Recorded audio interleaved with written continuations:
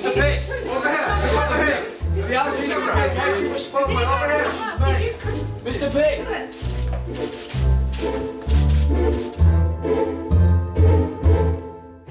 It's been a long time since The Guardian's made an ad this big, something that's been so purely brand. But the ad has a very important message, which is this message of communicating what open journalism is. So although we hope it to be an incredible piece of entertainment, it's got a much bigger job to do, which is to show how a news story can grow and change and turn into something more interesting than it initially was. The simplest way I explain open is flick that switch that says the professional journalist is the only person who has a valid voice. And you say, if we allow the other people in the audience to have a say, you get a better, richer, more nuanced, diverse picture. So we thought, well, why don't we take a story that everybody knows already or thinks they know and open that up and see what happens when you do that.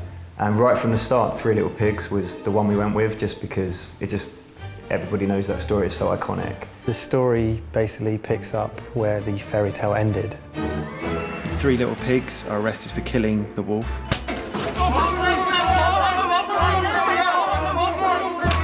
People begin to comment and tweet about this in an open debate after The Guardian reports the story. Through this open debate, it's revealed the wolf actually had asthma.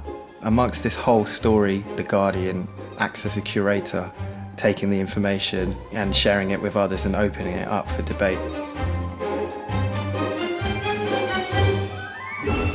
I think for me it was important that the film kind of felt very much like you would imagine Three Little Pigs to be, but then kind of blending it with a slightly augmented kind of contemporary world. Just kind of wanted to create a place that all of these things could coexist together and feel plausible, really. What Ringen's done cleverly is taking cues from a lot of different eras, the 30s, 40s, 50s, 60s, 70s, and he's kind of built that into the wardrobing and the propping and the costuming. The SWAT team costume and police costumes have been designed to look not really like any particular police force. All the weaponry, all the sort of armour, the hats, everything all custom made, like down to the last detail.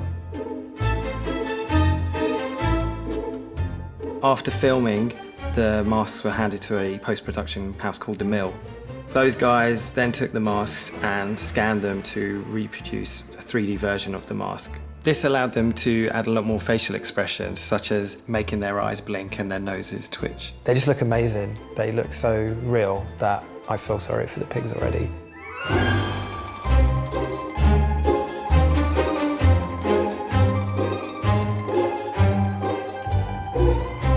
For us, this is just really the realisation of our entire careers, is to play the most famous pigs. The interior of Three Little Pigs' house is designed to look kind of like a rustic farmhouse that a pig might live in. It was always going to be a mix of old and new and sort of reality and sort of fairy tale. Yeah, sort of influences from children's books, but a little darker. Guilty. One of the tests for this is, does it take us beyond being a newspaper? Does it get across to readers that we're far more than a newspaper, which still, even in this day and age, the website is brilliant and the mobile platforms as brilliant as they are from us, people still see us as a newspaper, and that's something we're trying to change.